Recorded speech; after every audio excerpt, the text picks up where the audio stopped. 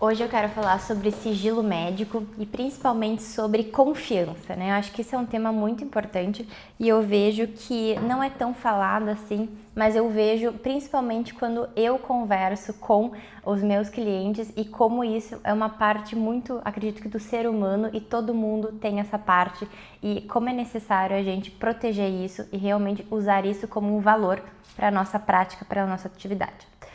O primeiro ponto sobre sigilo é que quando a gente está falando sobre pacientes, a gente está falando sobre questões sensíveis, né? Sobre principalmente a saúde do paciente, mas é óbvio que o paciente muitas vezes, além de só questões sobre saúde, ele abre para o médico muitas questões pessoais que geralmente são, a gente fala de médico, a gente fala de psicólogos, né? Esses prestadores de serviço da saúde que acabam ganhando uma confiança de uma pessoa e essa confiança merece um respeito muito grande, né? Porque você, às vezes, como médico, às vezes você pode ser um cardiologista, né? Pode ser um anestesista em alguma consulta, mas o paciente vê em você uma pessoa que ela pode confiar e uma pessoa que tem um conhecimento, né? A visão que o paciente tem, por vezes, a gente diz que o paciente já quer se igualar ao médico em alguns aspectos, principalmente de conhecimento, por causa de toda essa informação das redes sociais, mas ainda assim, quando a gente está num momento de vulnerabilidade, a gente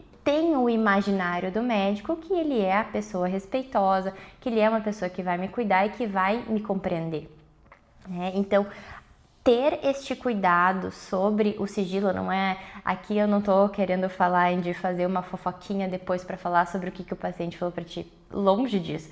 Eu estou falando sobre dados que passam entre o médico e a secretária, né? O que principalmente eu sinto que não se percebe olhando um consultório médico, uma clínica como uma empresa, é que a sua secretária tem acesso a muitas informações. O primeiro ponto que a gente deve cuidar é acesso a prontuário. Quem é que tem acesso aos prontuários dos pacientes no teu consultório?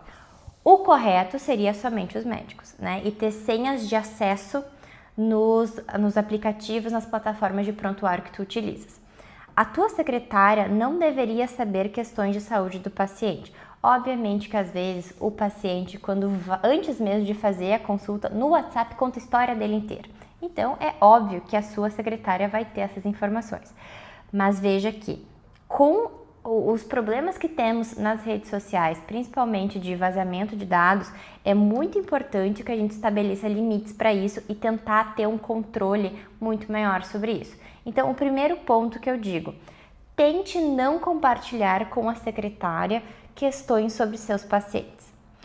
Outro ponto que é muito importante, porque caso exista um vazamento de dados ou o paciente saiba que fulaninho de tal sabe sobre alguma condição sua de saúde, pode ser que ele venha e processe a sua clínica, te processe dizendo, né, você vazou dados sensíveis meus que eu compartilhei contigo porque eu estava num aspecto de segurança, confiando em você e você manchou essa confiança e divulgou dados meus. O primeiro ponto a se questionar, a sua secretária e todos os funcionários que trabalham para você tem um termo de sigilo de que se algo vazar e a gente conseguir comprovar que veio do telefone dele, veio do computador dele, é ele que vai se responsabilizar, né? Não é a clínica toda.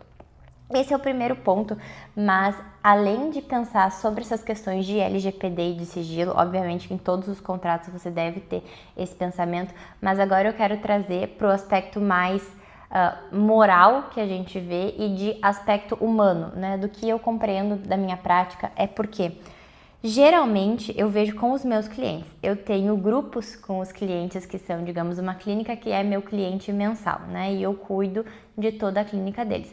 Geralmente os médicos, quando eles têm um problema que não é específico da clínica, ou seja, um problema interno sobre alguma coisa que aconteceu com a secretária, alguma coisa que aconteceu com o fornecedor, que a gente tem que alterar algum contrato, eles falam diretamente comigo no grupo, no privado comigo. Eles não colocam nada no grupo. né? Então eu sinto, e não há nada de problema com isso, eu fico feliz que eles tenham confiança, porque às vezes trazem até questões que não tem nada a ver com a prática médica, mas questões pessoais, eles, para ver se a gente pode ajudar da melhor forma, e fico muito feliz por toda a confiança que eu tenho dos meus clientes.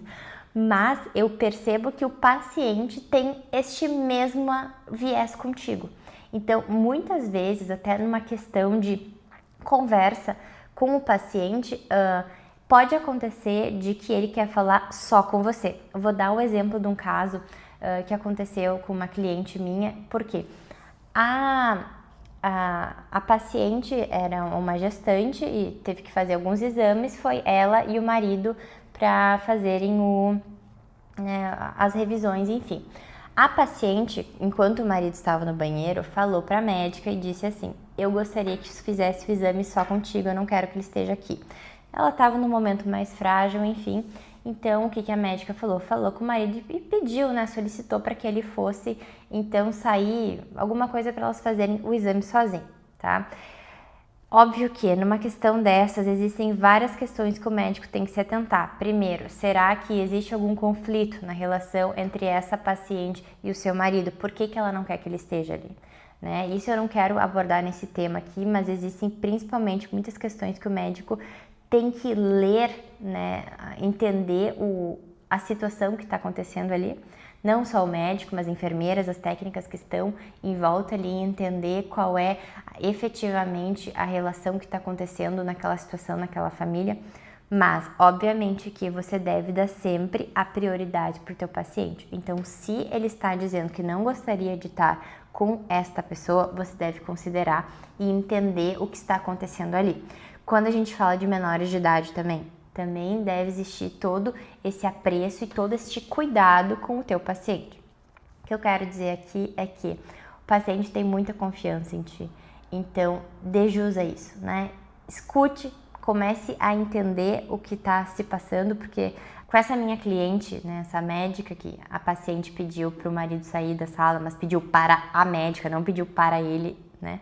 O que aconteceu? Esse marido, depois que saiu, formalizou uma ouvidoria contra essa médica, dizendo que ela tinha mandado ele embora e que ele tinha o direito de estar presente para ver o exame que estava sendo feito ali na sua mulher.